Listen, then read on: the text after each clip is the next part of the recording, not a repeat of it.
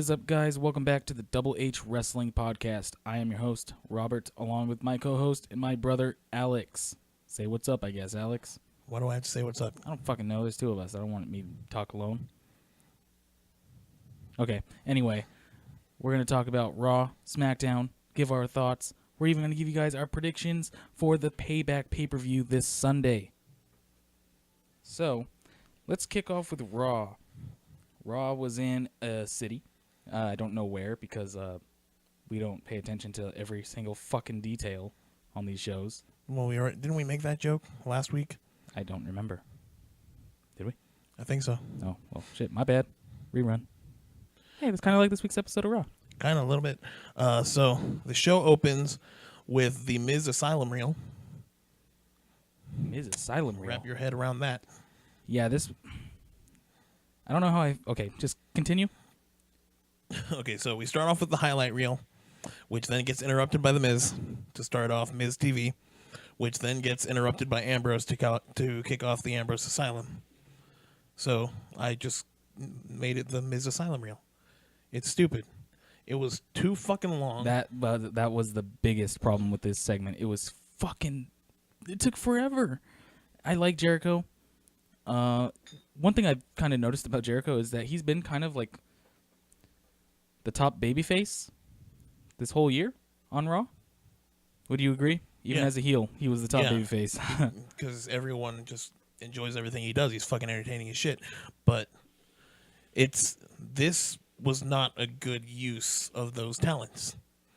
This was a huge time waster. Like, they put zero effort into this show as a whole, but especially this opening segment. Yeah, there was really... There was a lot of unfunny comedy on here. I mean, some of it I got a chuckle out of, but no, it didn't come out right to me. It was just long and... kind of dull. Yeah. Ambrose gives Jericho a new jacket. I chuckled for half a second because... I mean, first off, we knew exactly what it was going to be. Or at least I did. The jacket with fucking Christmas lights on it. Yeah, I guess it's kind of his apology for ruining his last one. No, it's not kind of like that. It's exactly that. That's what he said, right? Yeah. It was a peace offering or some shit. After he gives him the jacket, Miz starts being Miz. Not the good kind of Miz, but the... standard kind of Miz, and he once again eats a Dirty Deeds, and Ambrose walks out. Never again say eats Dirty Deeds. That just does not sound good. Whatever. Fuck you. After that, Maurice makes the list. Oh, that was actually probably the funny. only good thing that happened out of this. Part of this. So, I think it's safe to say, as much as I do not want it, as much as I don't like it, as much as I think it is fucking overplayed, can we all just agree and say that The Miz is the next Intercontinental Champion? Of course he is. They're going to just keep doing that with him. I don't understand. They had to move both to Raw to get the belt back onto Miz. I mean, he could have stayed on SmackDown and been in the main event scene. That's where I think he was headed, and that's where he belonged. But instead... he's going to go back to doing the exact same stuff he was doing before the brand split. Why put The Miz in there when you got fucking top-tier talent like Jinder Mahal? Huh? You think of that? You think maybe the main event spot was just not for Miz? He's not ready? Rob, shut up. It's not even funny. It's stupid. I can't find any sort of comedic... enjoyment out of the idea of Jinder Mahal being there. Yeah, me either. Which is why I was being completely snide and sarcastic. Yeah, right? I know, but you were trying to be funny. Yeah, whatever. But anyway, it failed because it's not fucking funny. Well, my point is, this feud is done. It should be done. I thought it was done on SmackDown, but I guess we got to watch it all over again on Raw. And this time it's not as well done. I hope that didn't pick up on the mic. Yeah, if you guys heard this little weird wee tune, that's my brother's fucking text ringtone. Nice one, Alex. It's funny when other people don't have to hear it. Well, anyway, yeah, like I was saying, this whole Miz and Dean Ambrose thing it needs to finish. It's not as good as the one on SmackDown. SmackDown, they've had started this whole like dynamic with Renee Young, bringing her and Dean Ambrose's relationship onto screen somewhat, and it was okay. But then they got the belt off of Miz, put it on Dean Ambrose. Can we move on? Why was Jericho in this? Because they interrupted his show to begin with. Yeah, but why was like he didn't need to be a part of this? I mean, is it just because Owens is on SmackDown? Like Jericho had to, they just like we gotta have Jericho do something. I feel like he's been stagnant ever since they moved Kevin Owens. He's kind of just been around waiting for his title shot. Now I'm just waiting to see what was next on Raw because I'm done with this segment. It was way too long, just like this conversation. All right, next up we had Matt Hardy versus Sheamus, which I'm sure everyone saw coming. The match was fine, I guess. Not either of their best, but it was fine. We had a distraction, which led to Sheamus eating a twist of fate, and Matt picks up the win, which was probably the most surprising part of That it. was very surprising because we all knew Jeff was going to win. They are really high on Jeff, just like how Jeff gets really high occasionally. But, you know, you always have to think in the back of you, because they really like Jeff. They never saw Matt that way, which is bullshit, I think, because he's the fucking brain behind the fucking brand, isn't he? Like, maybe not the brand, because WWE invented, like, the brand of the Hardys or whatever, but he's the one who... He's the smarter of the brothers, and Jeff is more of the artistic. I mean, that's debatable. No, I'm saying he's the smarter, like he's the brain behind everything, and Jeff is more of like the he executes Matt Hardy's ideas and shit. You know what I mean? Maybe I don't really know. I don't completely understand what you're trying to Almost say. like, It's kind of like it's almost like okay, But I know- okay, I think I know what you're trying to say. Almost but like it feels like Matt- you're calling Jeff a moron. No, not a moron. I'm just I mean his past strikes maybe, but he's like past that and shit.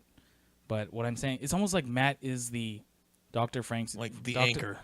Yeah, but I was gonna say Dr. Frankenstein and Jeff is the Frankenstein monster. Just because that's the only thing I can think of, not because it's the perfect analogy, but like, yeah, I don't know what else to say about that. It was nice to see Matt get the win, especially over Sheamus. Sheamus is a former WWE champion. It's crazy to see him put all these guys over, because everyone called him the Irish Cena for a while. Because that's where it looked like they were headed. But I think they realized, I mean, they don't do this all the time, but I think they realized that the people weren't getting behind Sheamus the way they wanted them to. And so That's they backed fucking that ironic. off. That's very ironic, actually. Yeah. Well, after the match, they tease as if they're going to start brawling in the ring. And then it just leads to another handshake. They're talking about how, Sheamus was the one who kept a level head and Cesaro was the one who was going to snap or whatever. I don't really know how relevant this is. If it's going to lead to anything, if Cesaro and Sheamus are going to turn at some point. I don't know. I don't know how to look at this, but I do know that with all the rumors about the whole broken Matt Hardy coming back, with this whole settlement being possibly like finalized this weekend, Matt Hardy has been using a lot of his like broken stuff gradually over the past few weeks. Like during that handshake, he had said handshake then delete. It's like that's very obvious, That was part of the whole broken stuff. So Yeah, but they've been doing delete since they got there. I guess, but I don't remember hearing Matt straight up say it like in the ring like that. I don't know. I hope that it comes. I hope that he goes to SmackDown. I don't know what they're going to do necessarily. I remember hearing somewhere that supposedly Matt's going to be staying on Raw and Jeff's going to go to SmackDown. That would be a horrible Which is fucking the wrong move. Yeah, that Jeff will thrive on either show, but Matt is the one that needs to go to SmackDown. In my opinion, I think so. Just until people get familiar with everything. In that gimmick, I could see Matt as a WWE champion. I could see him as a version 1, but WWE doesn't. So if Broken Hardy gimmick gets him the WWE championship spot, I'm for it, because the motherfucker deserves it. Agreed. So, next up, we had the Cruiserweight tag match. Austin Aries and Jack Gallagher facing off against TJ Perkins and Adrian Neville. Or Neville, my bad. Yeah. No more Adrian, just Neville. Actually, King Neville.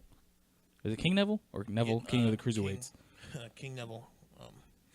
Fucking, is it weird that WWE hates like names that start with an A? I don't know. Give me an example. Like Adrian Neville is now Neville. Antonio Cesaro is Cesaro. Alexander Rusev is Rusev. Yeah, maybe. It might Eventually, be we're fair to say just that, going to have Aries instead of Austin Aries. but yeah. I don't know, because they got rid of Big E Langston's last name. Now he's just Big E. I guess, but that's not like part of a pattern. I don't fucking know, dude. I'm just saying, like, that's not the only example. There's a few. So I'm not sure about that. But continue. Continue what? Explaining what the fuck you're talking about. It doesn't matter. It's irrelevant to this whole conversation. I just thought I'd ask about it, fucker. All right. Well, anyway, the tag match. It was okay. I liked it. It was all right. Am I the only one who sees that? Okay, I like Jack Gallagher. I think he's fucking entertaining when he gets to do his shtick, tying people up, finding all these creative ways to kind of get out of things. But he looks awkward in this little like feud as like Austin Aries' like little sidekick. I mean, he was just a tag partner. I'm just saying, because he's not just a tag partner. He's been like kind of partnering up with Aries for the last couple weeks. I think that's more to do because it seems like he's been feuding with Perkins on 205 Live or something. I wouldn't fucking know. I don't watch that shit. And it's not like it's a bad show. Is it a bad show? I don't know. It's not the Cruiserweight Classic. That's for sure. But it didn't feel like he needed to be in this match. Fucking Aries was beating the shit out of both of them on his own. yeah, but my point is, like, he just looks so out of place. Maybe it's just because he like his song and just the way he looks. Out of place in the whole fucking he looks out of place in the whole fucking company, Rob. Yeah, but like, he's this entertaining spot, as shit. this I like Gallagher. Thi- He does not look like anyone else there, or act like anyone else there. Yeah, But that's part of why he's so fucking cool, though. yeah, but this spot would. I know he's hurt, but like Cedric Alexander would really benefit from this spot, or someone like what's his name, Mustafa Ali.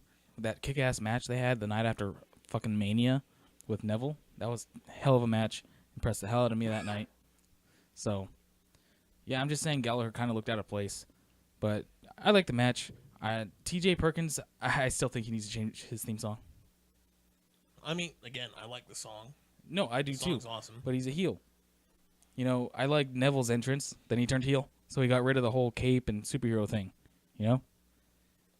I guess. I don't know.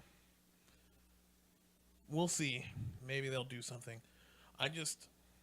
He hasn't had the song for that long. Like, they changed it after the Cruiserweight Classic. I mean, it hasn't even been a full year yet.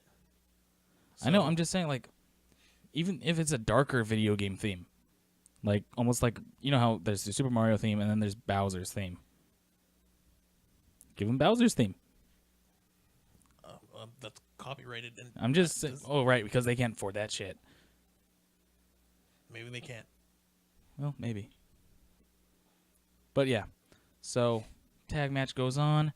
Neville ate a fucking vicious headbutt from Yeah, Gallagher. looked That fucking it just bad. looked weird. Like, He fell it straight looked down like like it hurt. yeah. It looked like it hurt Gallagher.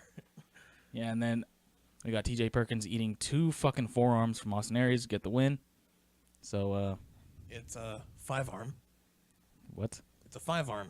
Discus 5-arm. Oh, I'm sorry. Because it's better than a 4-arm.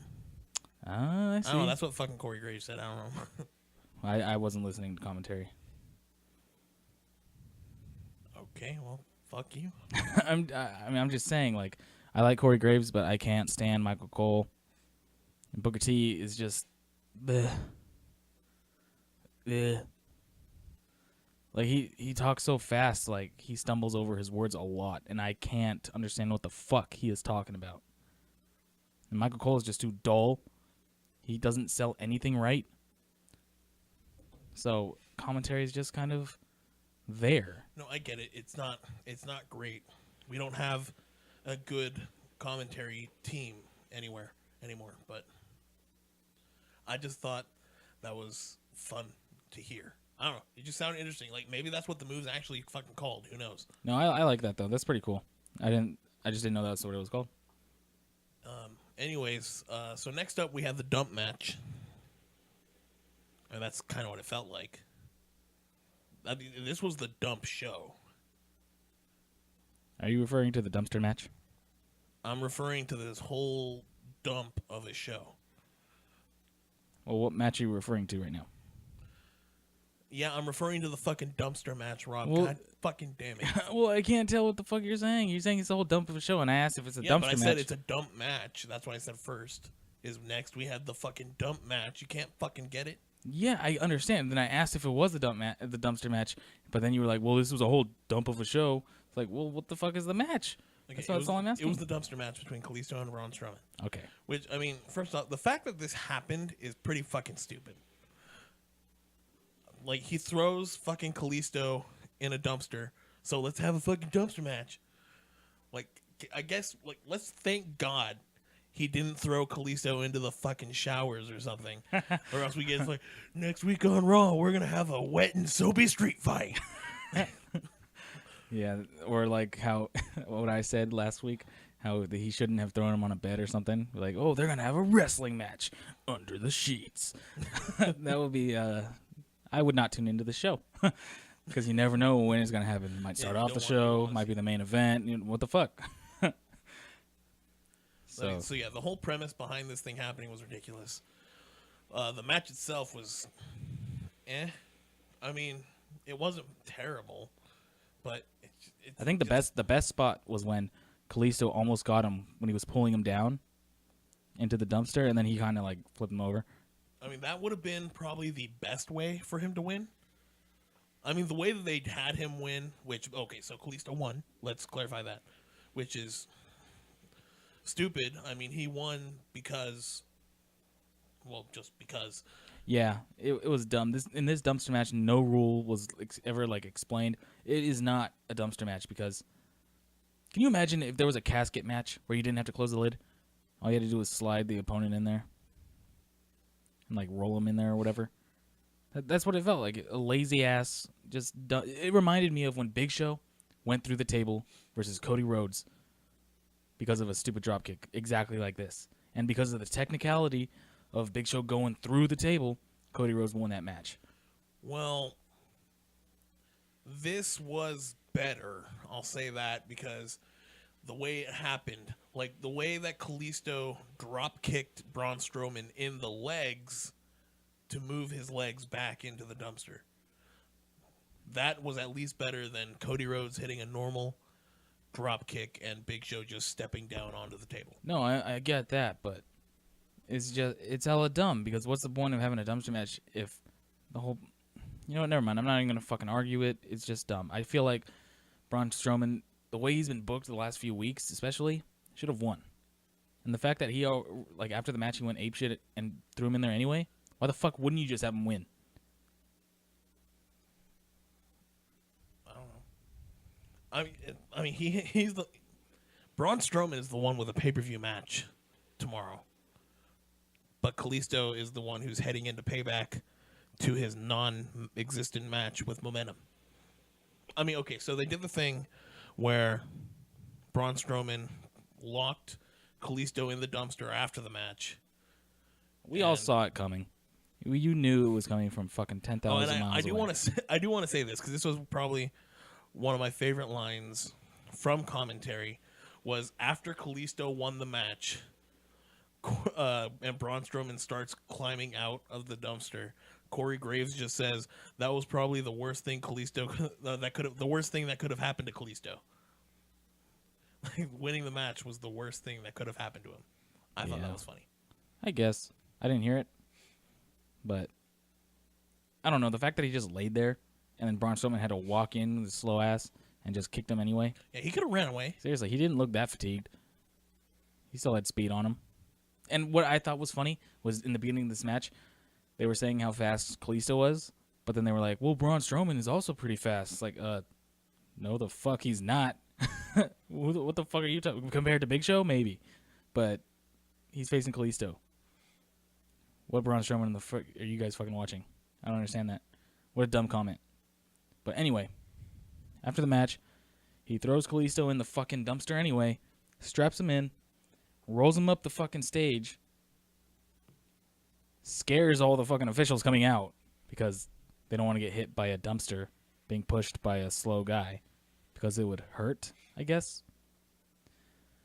Then he teases throwing him off, goes backstage, comes back out, and throws him off that death-defying fucking stage of 2 feet. Yeah, dropped a whole 2 feet. That's a huge drop. Have you ever seen? No, you never mind. Never mind. You haven't seen it. But if anyone's ever seen the About Last Night episode of South Park, when Ike tries to kill himself by jumping out the window, that's what it made me think of.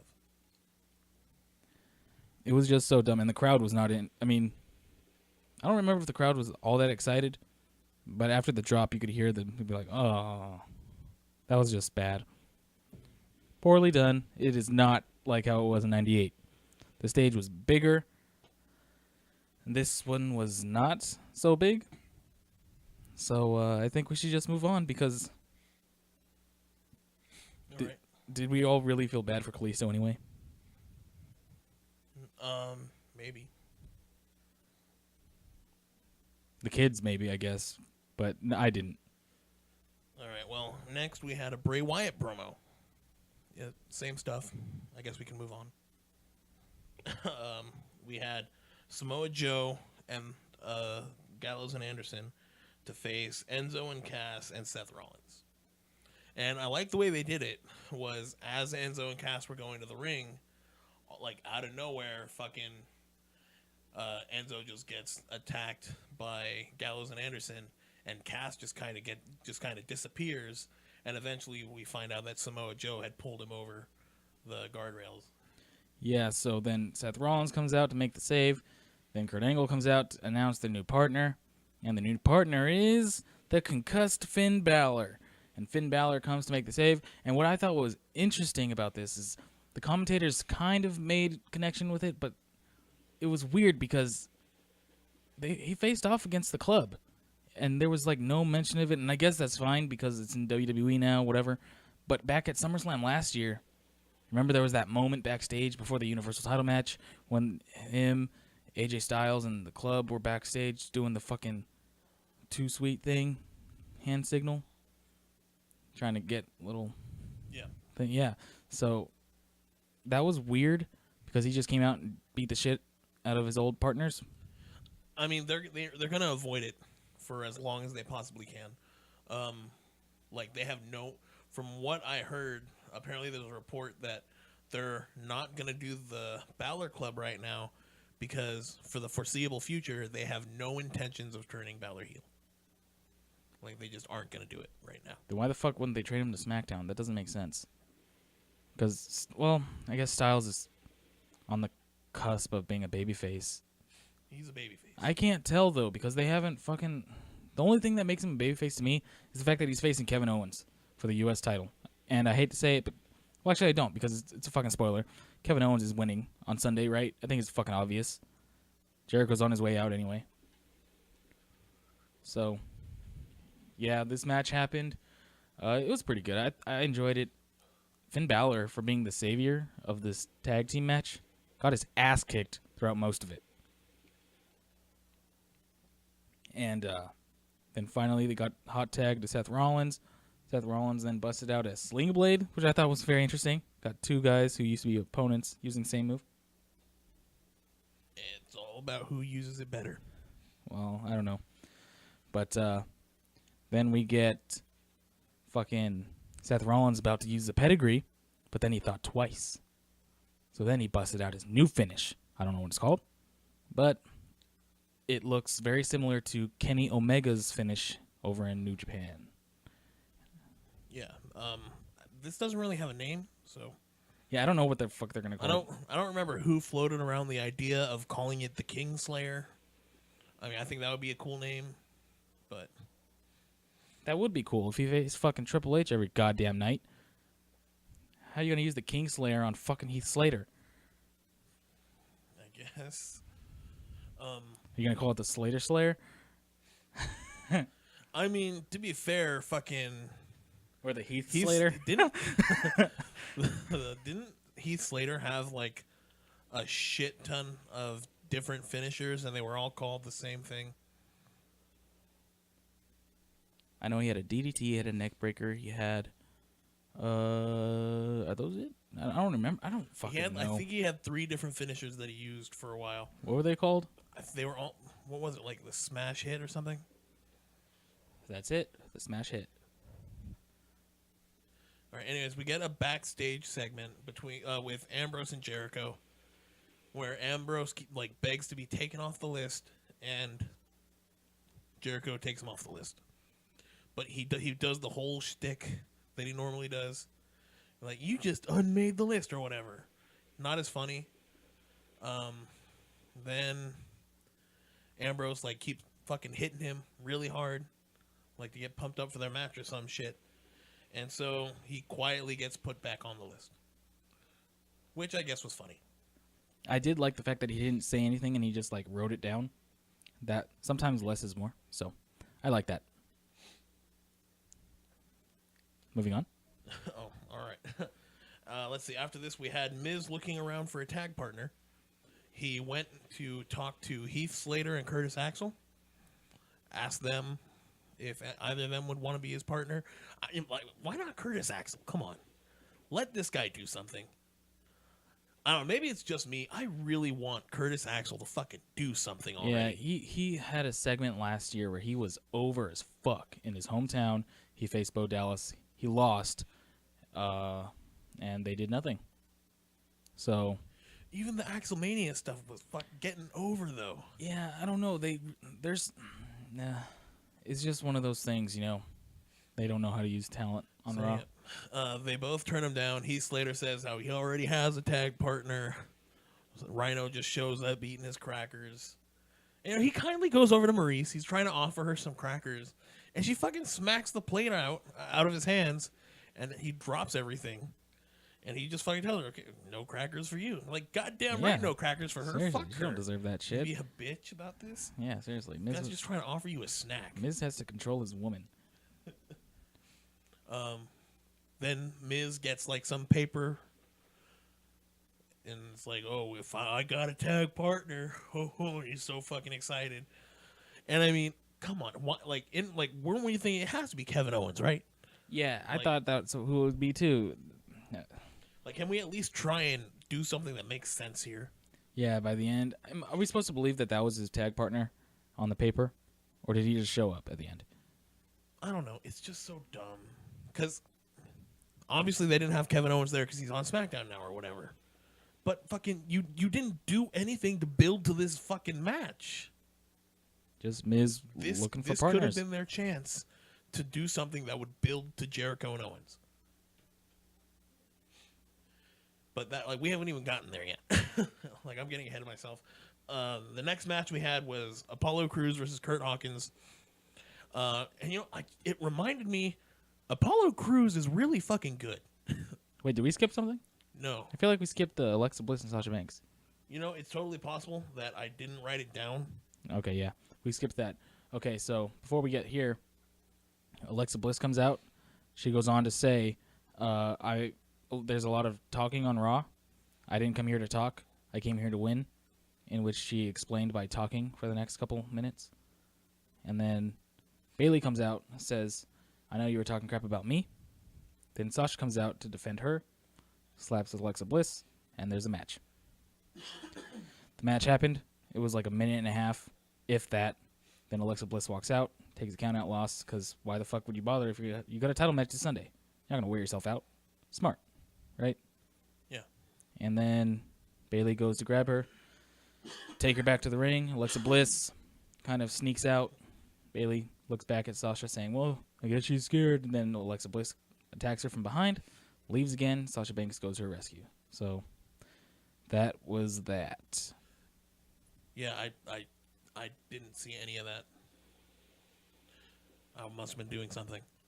But yeah, Apollo Crews beats Kurt Hawkins, reminded me of how good Apollo Crews actually is, and how much better he could have been used on SmackDown, and how he should have stayed on SmackDown because that's where he would have been the most utilized. But Actually, if he should have been kept on NXT. But if he was on NXT or SmackDown, he wouldn't be part of this whole Titus brand. I don't know.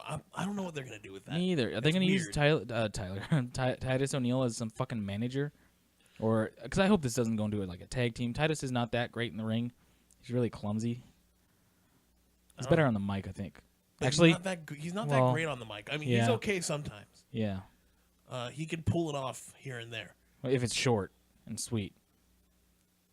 I think he's better at catchphrases, not giving these big ass promos and shit. But yeah, now that I think about it, Apollo should have stayed on NXT for a lot longer. I mean, he probably wouldn't have won the NXT title because they got guys like fucking Bobby Roode and Nakamura to show up. Yeah, but I mean, he could have been a contender. He was that good. The thing is, they need to find who they're doing a poor job at finding us a reason to care and like finding out, at least for the fans' perspective, like who is Apollo Crews? Because all I know is he's a very happy dude that loves being there and he's very athletic. I mean, that works for some people, but not Apollo Crews apparently. It doesn't work for many though. I know, that's why I said Very some. few. Very few, but it worked for him. Well, it's not. I mean, it's not working for him. So they need to find something. I don't know what, but they just need to do something. And hopefully this Titus brand thing, whatever the fuck it is, hopefully it takes off. All right, well, we get to the main event. It's a tag match with Jericho and Ambrose facing off against The Miz and a mystery partner who never shows up, at least not in the beginning. So it's kind of a handicap match for most of the show, and it's weird because The Miz was in control for a lot of it, which isn't a bad thing necessarily, but it doesn't fit The Miz, like what they've done with him for a long time. Yeah, and here's another thing. I hear a lot of people say, like, oh, this is really weird. I feel bad for the heel because he's in this handicap match. It should be the opposite. Why? Why should it be the opposite?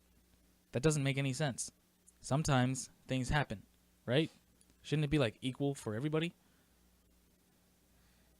I don't know. I mean, generally, handicap matches seem to be used to build sympathy. No. I get that. But sometimes, I'm bringing in kayfabe here. If this were real, The Miz is actually an asshole. I mean, he probably is. But, like, we all think, okay, let's go back to the 80s. We all think this is real. There's no such thing as breaking the fourth wall and all that shit. We all think wrestling is, as real as it gets, whatever. Miz is a bad guy. The two good guys are there.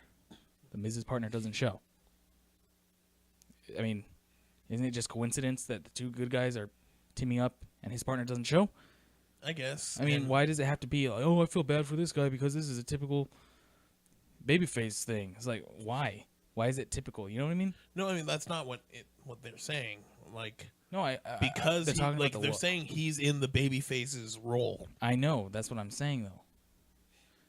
I just think sometimes people go overboard with that stuff. Like, I don't know. That's just me though. All right. Well, anyways, eventually, Miz, is he trying to run away or something?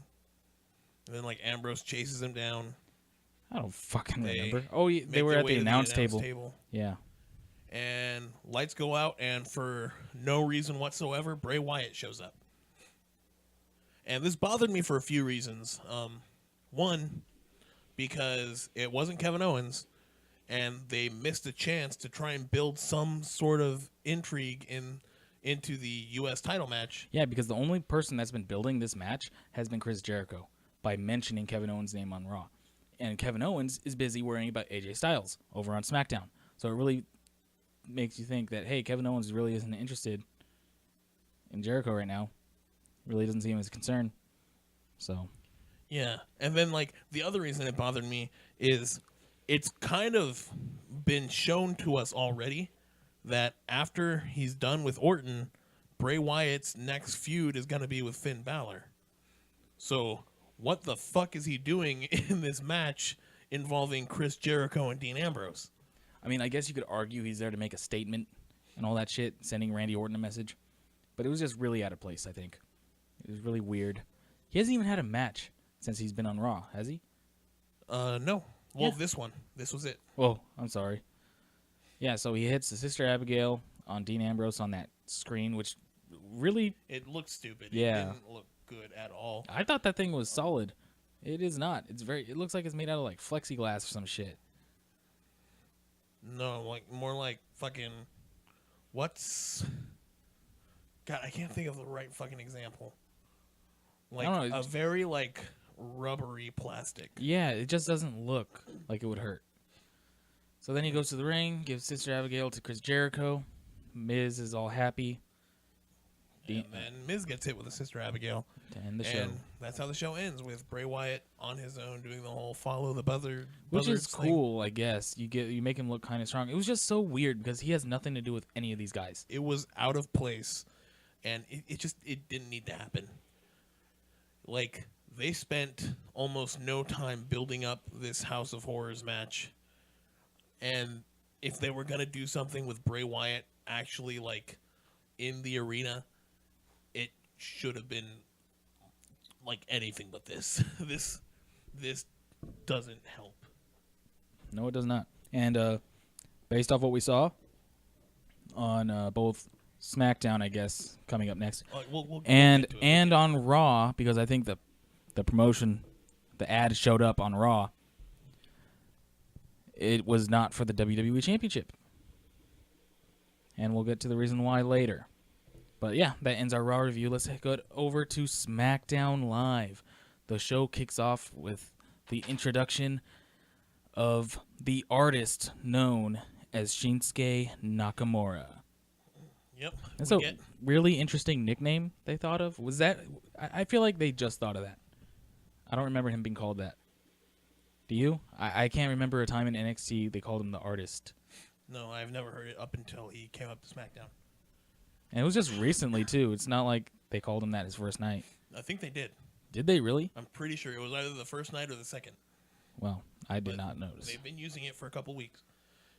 Anyway, we have an interview with Nakamura where he tells us that his favorite wrestler of all time is Dolph Ziggler.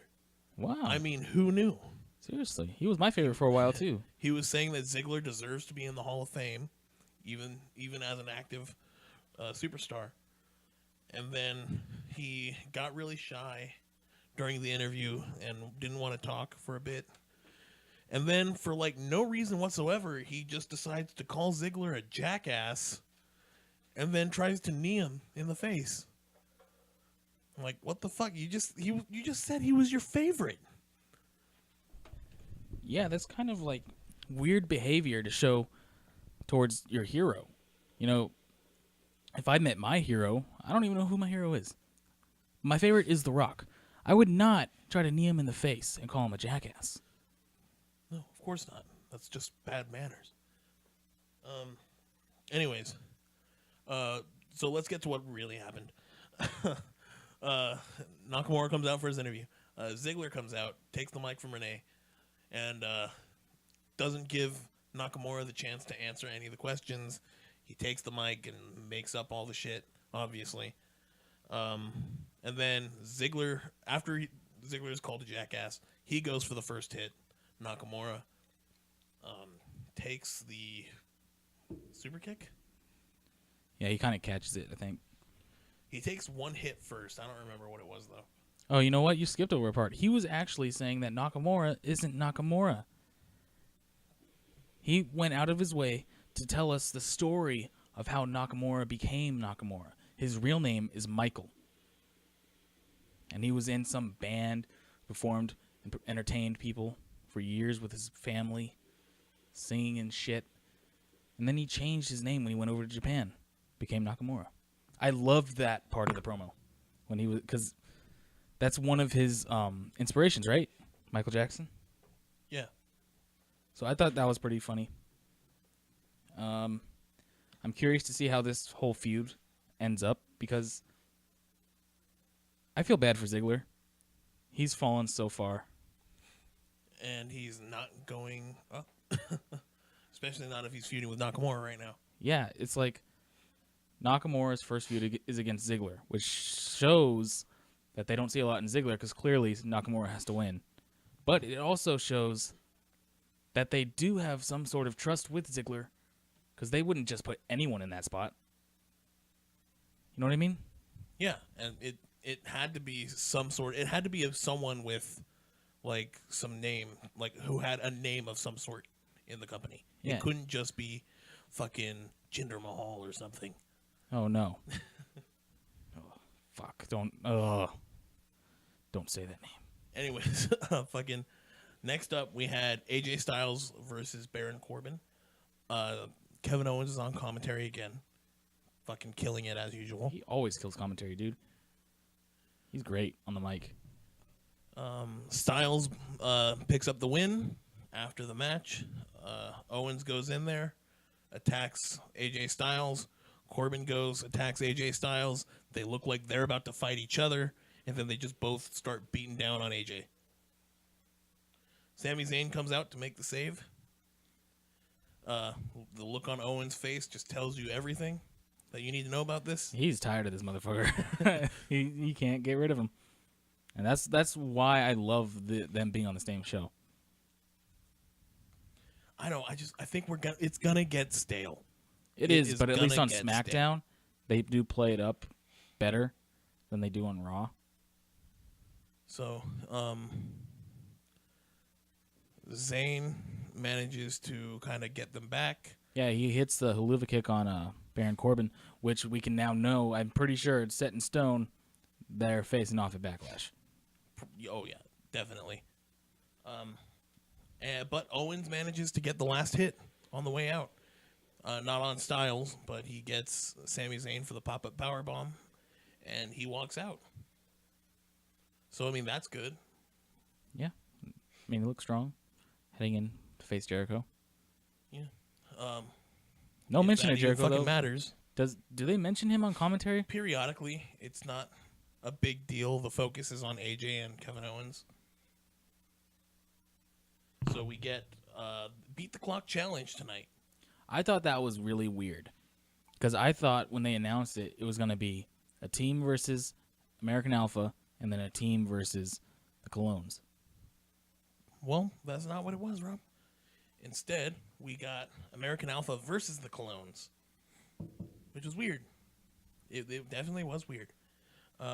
American Alpha won in like just over 5 minutes, I think, or just under 4. I don't remember. I think over 5 minutes. Um, It was fine. I'm glad yeah, American Alpha it was won. good. I'm glad the Colognes did not win. I'm sorry. I know this is about making talent, but the Colognes have gone through too many gimmicks and look bad for too damn long for me to take them serious at all. Well, after this, we had Rusev. Oh, this was one of my favorite parts of the night. Not a lot of other people's though. Really? Not a lot of people liked it? I don't know. It's hard to read. I saw a few complaints. People saying, "Oh, well, let's talk about this first." So Rusev, I guess, posted a video on Periscope or something that they played on SmackDown, where he says he doesn't like the fact that he was moved to SmackDown. He doesn't like Daniel Bryan. He doesn't like Shane McMahon. And the only way he's going to compete is if he gets a championship match at Money in the Bank. And I flipped the fuck out. That was the best thing he could have said. Because he fucking deserves it. You're damn right he does. He's so fucking entertaining. Like, they could... I mean, he's probably not going to win. And this is just assuming that it's the fucking world title that they're going to let him challenge for. For Yeah. all we know, they're gonna bring him back, and he's gonna team up with Mahal again. Oh God, that would be stupid. That would be so stupid. But They can't do that. if he's not gonna win, I don't think he's gonna win. But at least it keeps him in the fucking conversation. Yes, and let's assume it is for the belt because there are rumors that AJ Styles and Kevin Owens are going to feud for a few months, or at least 2, right? So 2 pay-per-views. That would mean that Money in the Bank is open for the WWE Championship because he can't challenge for the tag title on his own, and him and Mahal are done, at least according to Raw. Yeah. So it would have to be the WWE title. Yeah, and I like that. I mean, the only other option would be to put Rusev in the Money in the Bank match. But then he'd have to win because he fucking deserves it. Again, this guy just fucking... They've had so many chances and they keep fucking it up. This is their time to fucking capitalize on it. Finally. And I know what some people might say. Oh, well, people bitch about Mahal. Why does Rusev deserve it? Because Rusev has had time in this company where he was a legit fucking threat. There have been 2 resurgence, like, moments with him and his character, and they fucked both of those up.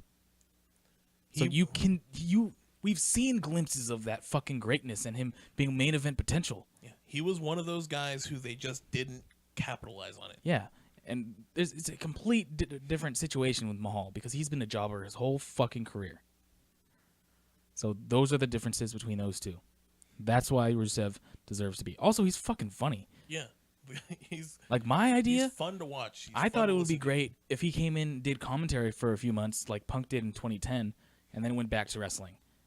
But I'm fine with this. Him getting a title match at Yeah, fucking Money in the fuck Bank. yeah, I'm fine with that. Fuck commentary. Go to the WWE Championship match.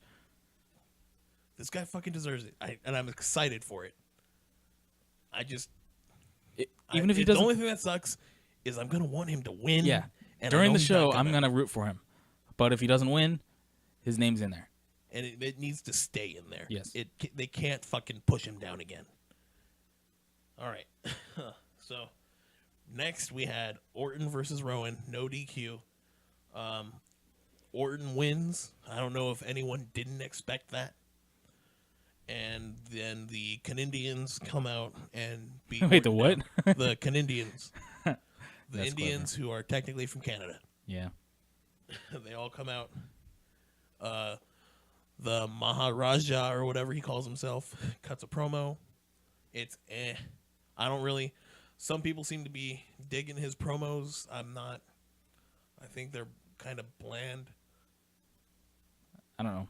I think he messed up in one line. It wasn't a big deal, but he said he was going to take the World WWE Championship. Yeah, I thought it sounded that was really dumb. weird, but I'm not going to fucking hold him. I just for don't that. think. I don't think he flows as well as he should. Yeah. They beat down Orton, and they steal his title. So you know what that means? That means Orton can't defend the belt at Payback because he doesn't have it. What a stupid. Because they've never made new belts ever. I and know. given I mean, them to people. don't you remember when CM Punk took the belt after Money in the Bank 2011, and they were like, "Oh, I guess we can't have WWE champion anymore." Totally remember that. But then Punk came back 8 days later, and they gave him a championship again. So That's the only reason it happened. There wasn't 2 belts. no, they're never 2 belts ever. So that happens. And then we get the other Beat the Clock Challenge match with Breezango against the Ascension. Now, I actually thought, in my head, I was like, okay, so American Alpha has this in the bag, but, maybe the Ascension will get a chance to fucking do something. No. That's what I had in my head. Yeah, but you also had to know, because I didn't. Well, I thought of it, but then I let you know. I said it's possible that one of these 2 teams will win. Remember? And then I was like, because do you really see WWE letting them go more than 5 minutes in the ring? And you're right. I didn't see it happening. But, again, I was like, again, in my head, I was like, maybe the Ascension can see some sort of a rise here because they just fucked them from the start. Yes. But In the middle of the match, Breezango were getting a lot of momentum, and getting a lot of cheers. And you could see it coming from a mile away. It was very shocking. Well, not shocking, but very, I would say, well done. I'm pleasantly surprised that they went with Breezango, and they were over in this match. I know. I thought it was stupid. I'm not Like, a fan. The second they hit the 3 count, in my head I was like, this is stupid. And half a second later, I was laughing and I was happy. I was like, this is gonna be fucking cool. Yeah, because and I'm mainly excited for fucking Tyler Breeze because this motherfucker deserves it. Singles, I think he would thrive better. But if they're gonna do something with these two, turn him face, and have him be on the show every week, I'm for it. And the crowd got behind them too. That's the weird part. Like, who the fuck thought that the crowd would get behind Breezango? I don't know, but here's the question now: are they contenders for the pay-per-view now, or are they just contenders on a fucking random episode? I'm pretty sure it's Backlash. I hope so. I could dig that. Especially after the reaction they got, for them to waste it on a SmackDown and then all of a sudden make American Alpha the contenders for Backlash. Yeah, they definitely That's need. kind of fucked up. They're really lacking in tag teams because American Alpha, they're my favorite team on SmackDown, but you need to filter in the tag teams, filter them in and out, because people will just get tired of them. I mean, they have 5 teams right now that are active. The New Day are coming eventually, but I don't really want them to be like taking over the tag division. No, right when they get there. I feel like one of them could branch off and do something else, not like split up. But while the other two are feuding for the tag titles, or feuding with another team, the other person can go on and feud with someone else. Maybe For a belt or something. Yeah. Why do all 3 of them have to be in the tag division? So yeah. Fuck. What was the last? Oh, we get to the main event: Naomi versus Charlotte. Angry the whole fucking time. I mean, okay. So the match was great. It was a great match. But I was mad the entire time because I just fucking knew it. Like, I just fucking knew it. Like, they're gonna have Charlotte win already. She just got there and she's gonna win the fucking title. Like, here we go again, just like on fucking Raw. So I was pissed off. But it didn't happen. Instead, But hold on. It didn't happen not because they felt, well, Naomi deserves this win. Wrong if you thought that. If you thought Naomi was going over clean over this bitch, you were fucking wrong. I was wrong.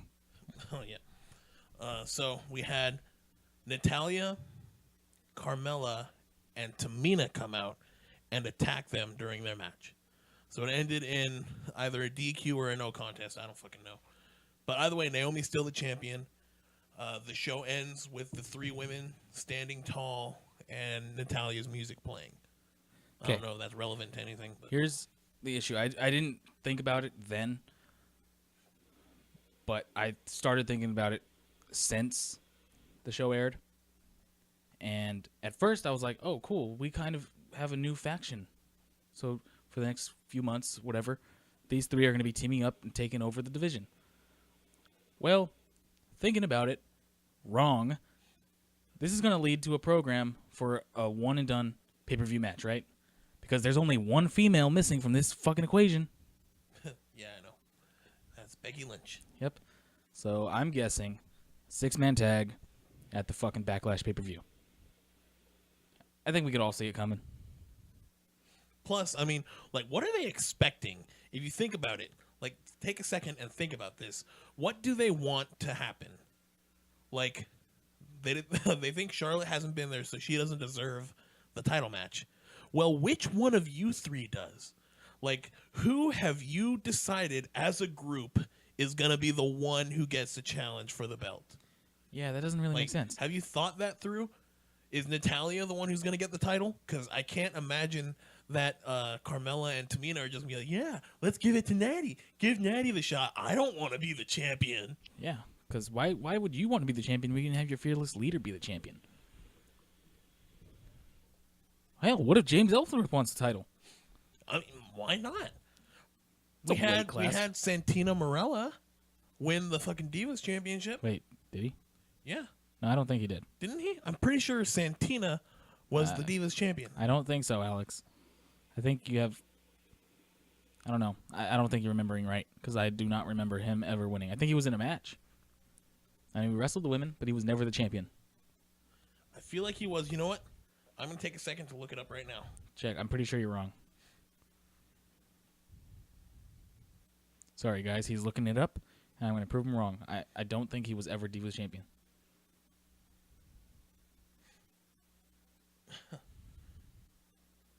Let's see. Damn it! Keep fucking spelling it wrong. I said I keep fucking spelling it wrong. I'm pretty sure they heard me the first time. Oh, Robert was giving me shit for not speaking into the mic. I don't know if anyone heard that.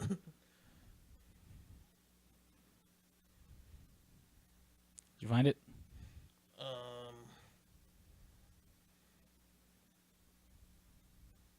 I'm looking. I'm still fucking typing. It's hard to type. God damn it. Well, anyway, in this, I think they're going to try to turn Charlotte face. And I think the fact that Naomi was there on her side, getting attacked by these women, really helped that assumption a little bit. And the fact that Becky Lynch was like nowhere to be found as well, you know? I think we saw a foreshadow of a 6-man tag, and the fact that Charlotte is now going to be a babyface.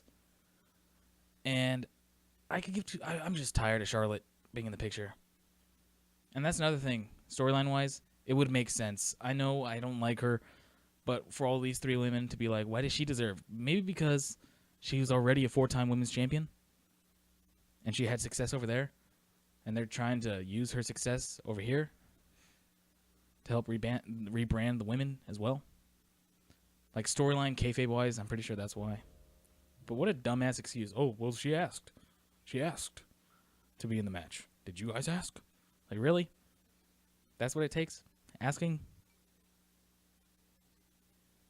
Yeah, I'm just rambling, dude. I'm just waiting for you to... Yeah, I can't find anything right now. Like I'm on his. I'm looking at a bunch of pages, and they don't even fucking talk about Santina anywhere. Yeah, because he was never champion. He was never Divas champion. Okay, but there's no reference to it, like him being Santina. Did you type in Santina? Yeah. And then it just fucking went, did you mean Santino? And the only things that pop up are Santino. All right, well, it's irrelevant. Okay, fine. Maybe someone can let us know in the comments. Yeah, well, they'll let you know that I'm right. He was never Divas champion. Whatever, Rob. Go fuck yourself. Damn it. Okay. Shit. Where were we? Talking about the women on SmackDown? Pretty sure that's what we were saying. I thought we were done. Well, yeah, that was kind of the end, huh? Yeah. I mean, what else? What else could we really talk about, Rob? Oh yeah, we have Payback tomorrow. I was just about to say we could do our previews, predictions. Okay. Let's see. The kickoff. Payback kickoff. We have a Miz TV segment with Finn Balor. Not really anything to predict here, but that's what's happening. The match is Enzo and Cass versus Gallows and Anderson. So Enzo and Cass do kind of need a win. The question is, are they going to get one? No. And you know what sucks is that they fall under the same category as Dolph Ziggler, but in a much better category, I think. Ziggler, they use to his advantage of being a great seller, great at putting people over, which is why people look at him as a joke, right? Well, they know that Enzo and Cass will always be popular because they're fucking entertaining and they're charismatic.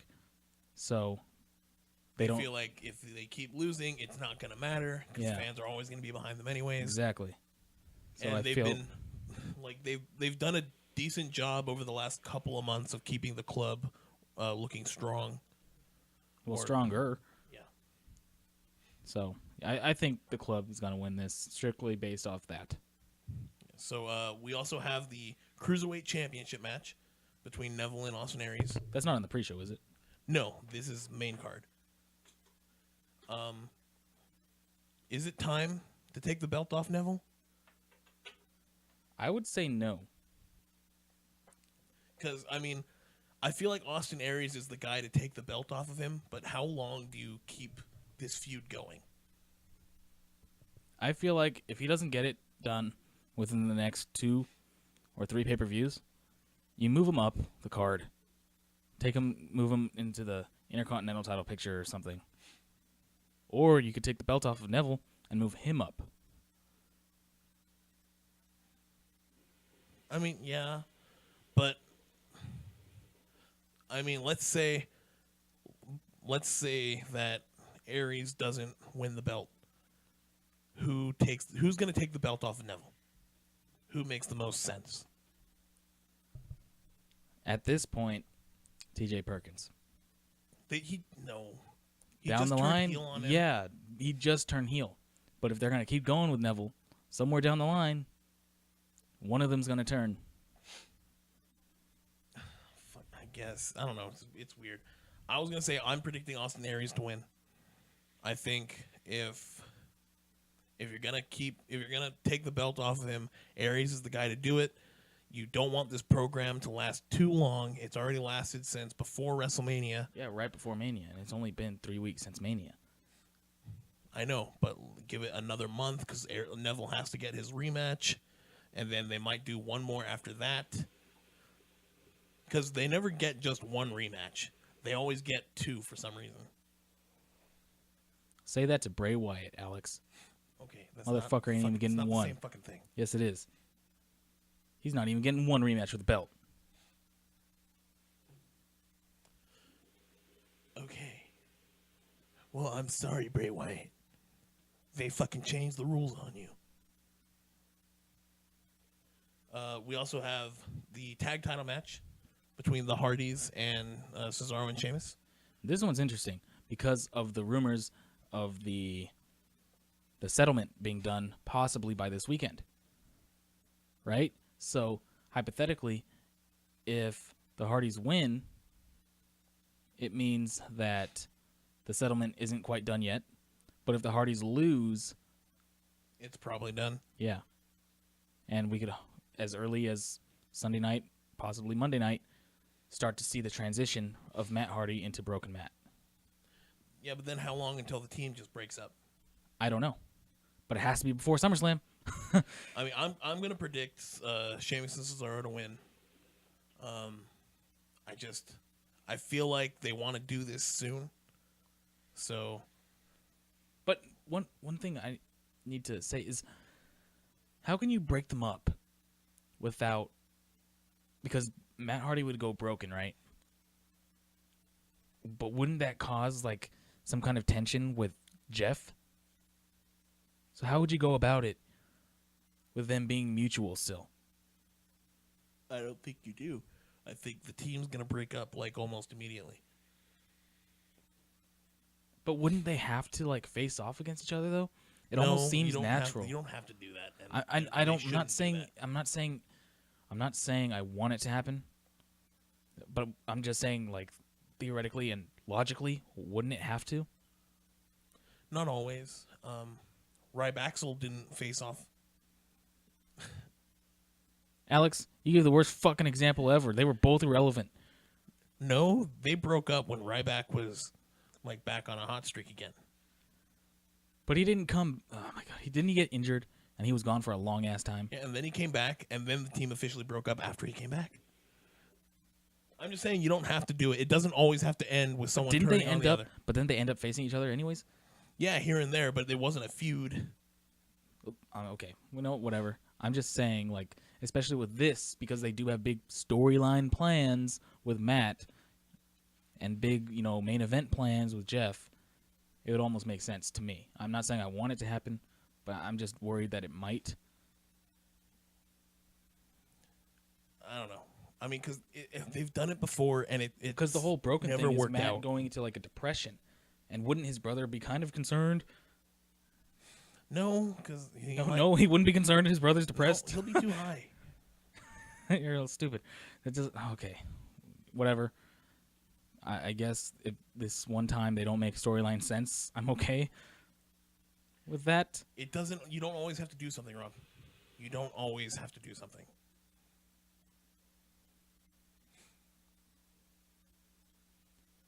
Okay.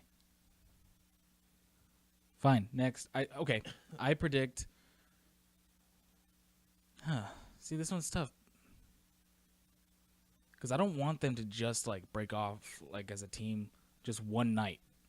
You know, it's like, oh, we lost the titles, but we're not a team anymore. I want there to be some sort of like storytelling. Because if that were the case, I would have wanted Sheamus and Cesaro to be over as a team the night they lost the fucking belts. Cesaro deserves so much better. Okay. I'm not saying that they have to break up immediately. I'm just saying, or I'm not even saying they have to do the character change immediately. I'm just saying that you have to, that I think now, if they're going to do it, now is the time to take the belts off of them. Because then they can get their rematch at the next, either at the next pay-per-view or in 2 weeks on a Raw, whatever they want to do. And then that'll end the fucking tag team storyline for them. I want Sheamus and Cesaro to win strictly because I want the broken stuff to happen. But I think they're going to hold on to the belts. All right. I'm predicting the opposite.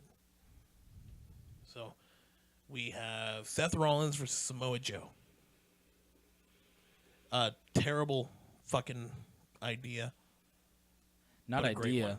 Not a terrible idea. Terrible fucking booking. A Decision. terrible situation. Yes.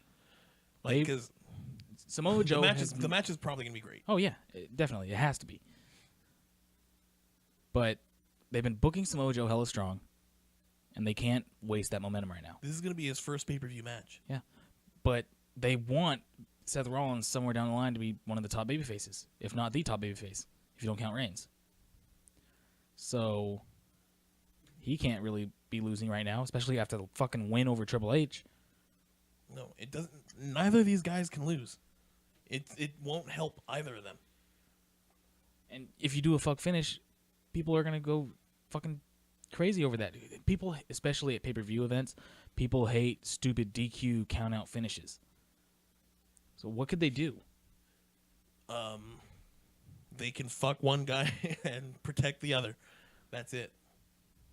Oh, okay, figuratively. Yeah, figuratively. I thought you were talking about literally. I was like, "Whoa, dude! I don't. I know it's pay-per-view, and I know we don't have the parental control on, but I do not want to see that." Yeah, that's it. That's all it's gonna be. Someone's gonna get screwed a little bit, and the other's gonna be fine. That's all they can do. That's the best that they can do. Some people have been throwing around the idea of how he could put him in the coquina clutch, and he could pass out.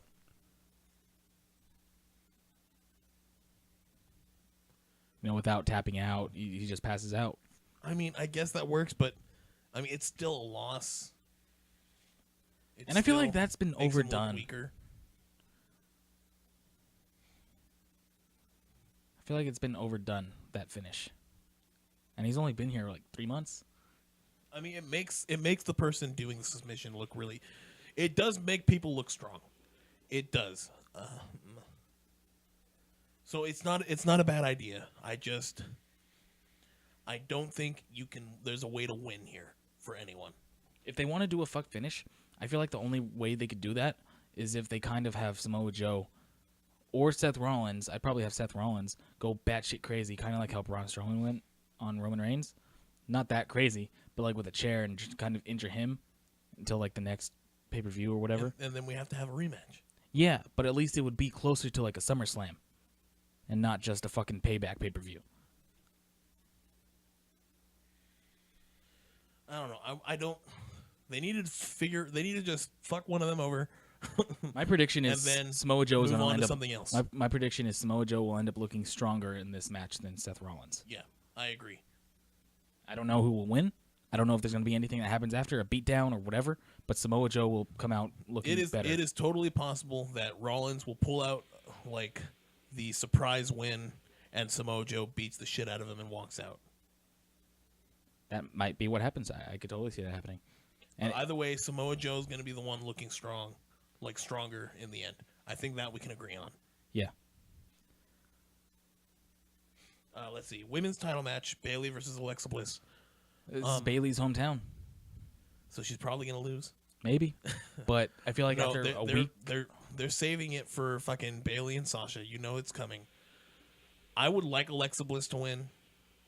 Like, that's what I want. But they aren't going to give her some accolade that Charlotte doesn't have yet. That's why I would want her to win. But we know it's not happening. Just keep the belt on Bayley. Get to SummerSlam. Get her and Sasha in that ring. Naked. Yep. But no, for real. Just that's the feud that we all see coming. So Yeah, let's just get there. I understand. Again, it's not what I want, but I mean, well, to be clear, I love Bayley. Bayley is one of my favorites. But I think Alexa Bliss is just too good. Like her character, I want her. what she needs to do is not be like wasted and shit. Like don't have her lose and go up into like obscurity. Like look what they did with Emma. She was hot on her first night back, and she's been messing with Dana Brooke since she's been back. And it's like what the fuck. And I get the storyline continuity kind of thing, but it's been poorly done and just not good. So I hope they don't do that with Alexa Bliss. They really need to do something with Mickey too. Yeah. Yeah. She's definitely not being utilized. So I'm gonna predict Bayley. Yeah, me too. I wish Alexa would get that accolade before Charlotte, but we all know it's not happening. It's Charlotte's. Charlotte. Yeah, bullshit. So Owens is gonna win his match. I'm not even gonna. Do we even need to talk about this? Owens and Jericho. Owens wins. Owens wins. Owens Yeah, wins. Owens, he's winning. There has been zero build, zero attempt to build. No, let me rephrase that. There has been a shit ton of build, actually, to Owens versus AJ Styles. I'm looking forward to that match. But we're not talking about that. We're talking about Payback. And other than name dropping Kevin Owens on Raw by Chris Jericho, there's been nothing. Yep. So Owens wins. This isn't even a prediction. It's a spoiler. Owens wins. How? How do you think he wins? Pop up powerbomb, clean win. I don't see any reason for there to be some sort of fuck. I feel like there's going to be fuckery. a fucking eye poke and a roll up. Eye poke and a roll up. Yes. Why an eye poke and a roll up? Because Jericho can't get a rematch. Why the fuck not? I mean, why? Why just end it with a finish? You know? Because that's the normal fucking thing to do. I know. We don't It's need to the argue about this. norm. It's the norm. But Kevin Owens isn't normal. He's a prize fighter. He's Rob, willing to. shut up. What? I'm just saying. Like, why? You're just saying that you're a fucking idiot. If Jericho loses either way, he can't get a rematch. He's on Raw. I know. I get it. So, do something. I mean, I guess it's not original, but it's a heel tactic, and it would end the match in a different way than just a finisher. Okay, well, you can also say a different way to win would be Jericho or, Owens fucking Jericho in the ass for a few seconds, and Jericho's just so stunned he can't move. So Owens takes advantage and pins him after. His finish is called the pop-up powerbomb, not the pop-up dick in butt. Like, you're fruit, Alex. Why the fuck? You want to sit here and talk about how we can get like something different and surprising because Jericho can't A get surprise it back. finish, not a surprise boner. What the fuck? From Kevin Owens, not us or anything. Surprise boner from Kevin Owens. It's not like we're watching it. We're getting surprise boners. Like, Rob, oh, you don't need to like, clarify. oh, yeah, I feel like I do. Like, we're sitting here watching that. And we're like, oh shit, I feel something in my pants. That's a surprise boner, but that's not what I'm trying to say. Let's move on. Okay, House of Horrors match. Not for the WWE Championship. Not for the WWE Championship. It's not possible. Fucking Orton doesn't have the belt. I mean, how could he defend it, Rob? He doesn't even have it. Watch, tomorrow he's gonna come out with the belt. Oh man, I'm like, I know that like they did that whole thing, but I'm like 30% sure that he might come out with the belt. well we don't even know if it's going to start off in the ring. It might start off like in some boiler room kind of setting, somewhere. I guess. Oh, like it's supposed to be pre-taped or some shit. Yeah, that's Have it another thing. It's finish supposed to in be the ring? pre-taped and make their way back to the ring. I just hope they get it all correct. What if they walk out too early and the video's still playing? It's like, whoa, there's two places at once. That's crazy. You know? Yeah, I guess. I don't know. That was supposed to be a joke. I don't think it came off very well. I don't know. But yeah, I'm thinking that since the belt isn't on the line, Wyatt's gonna win. He has to win. If the belt's not on the line, the motherfucker better win.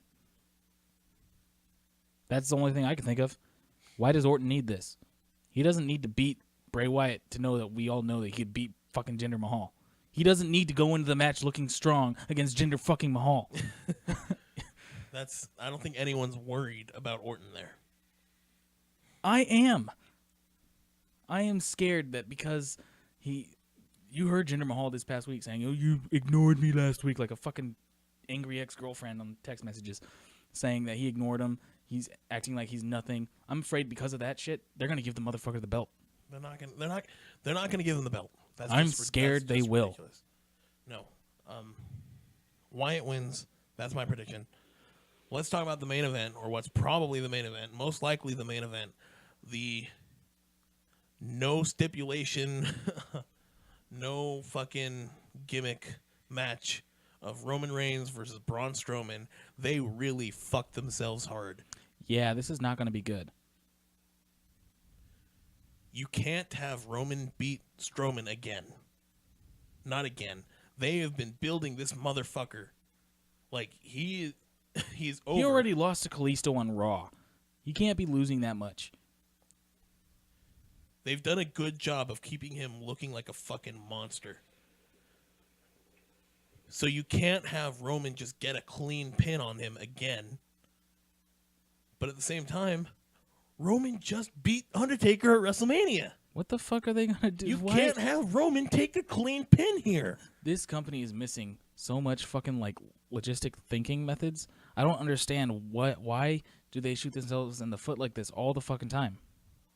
Like, I remember the rumors of it being an ambulance match, and I thought it was stupid because, I don't know, I just don't like ambulance matches. I think they're dumb. But, you know, it's better than one of them having to take a clean pinfall. Yeah. You can't pin either of these guys. If there was one match that deserves a fuck finish in the middle of the card, it's this one. Like, what could they do? I don't know. Have Braun Strowman fucking kick him in the nuts. Say he was trying to go for the gut because his leg is so heavy. We get a DQ finish and they have a rematch at the next pay-per-view. Okay. I don't know, Alex. Like, this needs to fucking end. No more Strowman versus Reigns. This has to be done. Have Strowman go over. I'd say have Strowman go over to build some sort of sympathy. Well, actually, see that wouldn't really work too. It's not going to work. Strowman's the fucking He's the babyface. babyface in this situation. It wouldn't work. So there is no winning here. Like, this is the second match where there is no winning here. Like, someone is getting fucked. The question is, are we going to fuck the monster who we spent all this time building up, or are we going to fuck over the guy who just beat Undertaker at WrestleMania and make that look like it was nothing? can you imagine if they booked Brock Lesnar in this kind of fucking situation? No, because it's fucking Brock Lesnar and it doesn't make any fucking sense. But that's my point. But I'm talking about after the whole Undertaker WrestleMania 30 thing. Like, how would you go about that? Reigns, I'm still mad about the Goldberg shit there. Oh like, yeah, Lesnar shouldn't have been made to look like a bitch, like, ever after this, and Reigns can't be made to look like a fucking bitch. Like, I don't care if people hate Reigns or whatever. Like, that's irrelevant to this. He beat The Undertaker at WrestleMania. You don't fucking diminish that accomplishment by having him take clean pinfalls or getting the shit kicked out of him over and over again and made to look like a pussy. What does that say about The Undertaker? I don't know what they do. But at the same time, you put all this effort into making some dude look like a huge fucking monster, like a big fucking deal, and you just fucking throw it away. Again, there's no winning. Yeah, this is Braun Strowman's second chance, I guess you could say, right? Yeah. Because they had him lose to Reigns. He was not on the Mania card except for the Battle Royal, which was nothing. And he didn't win. Yeah. And then they started over the night after Mania or the week after Mania, and he's been on a roll. Well, this Kalisto thing doesn't really count. But I mean, he still ended up being the one standing tall in the end. Fucking. Like, it's a loss no matter what. Because, especially in this one, like, we talked about Samoa Joe and Seth Rollins, how you can have Seth win, but then have Samoa Joe just kick the shit out of him at the end. You can't do that here. Fucking, you can't have the Monster take the pin and then kick the shit out of fucking Roman Reigns again. But you can't have Roman Reigns take the pin and then kick the shit out of the Monster again. It's a loss no matter what you do. Yeah, they're really bad at this. This is the second match on the card, like you said, that has this predicament. I'd say let Braun Strowman win. But What's your prediction? Reigns. I'm going to predict Reigns. Again, they lose no matter what they do, and it wouldn't be the first time they built up someone to look like a monster just to put over Reigns. And not to mention, this past week, Reigns' older brother passed, so he was off, and that was one of the reasons. Also to sell the injury, but that was the main one. Obviously, family's important, but I feel like if there was any incentive to have Reigns win, it would be because, you don't want him. Okay, so here's the thing. I'm not saying it's going to happen. If at any point in the night Reigns says that he's dedicating his victory to his brother, he's winning. Yeah. Oh man, it's just a bad. This whole card. I mean, you could have some good matches, and hey, Roman Reigns and Braun Strowman might surprise me, but just based off the fact that there has to be a finish of some sort, and neither one of these guys should really be losing right now, it's going to be bad. The fans are going to hate. Like, the only thing I can think of that might get them out of this if there's like a fucking double like knockout, like not a fucking count out, but like neither guy can get up. They beat the shit out of each other so hard that they can't continue the match. The match just ends. But then it's going to be like, is there going to be a fucking rematch? Or are we going to have to sit through this shit again? And I can't imagine the fans are going to react positively to that. They won't, especially since the next match would have to be a last man standing match. So, either way, okay, I think Reigns is winning. I think they should just continue, because Strowman, they're building up as this heel, but the fans are really getting behind. To be fair, with a last man standing match, they could do some sort of bullshit finish that ends it. That ends the feud. Like, if Reigns is going to win the last man standing match, you could have it where he just piles a ton of shit, like a car gets parked on top of Braun Strowman or some shit that keeps him from getting up. That's not true, because we saw him lift an ambulance, so it wouldn't be believable. But I'm just saying there's more bullshit you could do there. Fucking a regular singles match, there's no winner. It doesn't... People are going to be pissed off no matter what happens. yeah, but here's what I'm thinking is that I'm pretty sure you are. I know I am. I'm pretty sure a lot of these people are. We're tired of this match. We're tired of these two guys feuding. Both need to move on. Reigns needs to go on and become a heel. And Strowman needs to keep continuing his path of like destruction or whatever the fuck you want to call it. But again, how do you get there? I don't know. I want Reigns to put over Strowman. I don't think it's happening. That's my prediction. Yeah. We had this talk already about Rollins and Joe. I mean, you could see them doing the same type of thing here, but I don't know if they're going to do it twice in the same night. So I'm going to predict that no matter what, Samoa Joe looks strong, even if he loses the match and kicks the shit out of Rollins. And I'm predicting that Reigns is just going to win the match. Same. Man. Really bad predicament WWE has put themselves in. Once again. At least Raw. I mean, SmackDown's not doing too much better right now. Yes, but that's recent. So, gotta forgive him on that. Anyway, that was our Raw review, SmackDown review, and our predictions for Payback tomorrow night. I guess that's it for now. Alex, got anything else? No, I'm just I can't anymore. This just talking about all the bullshit that we're gonna have to deal with tomorrow has been too much.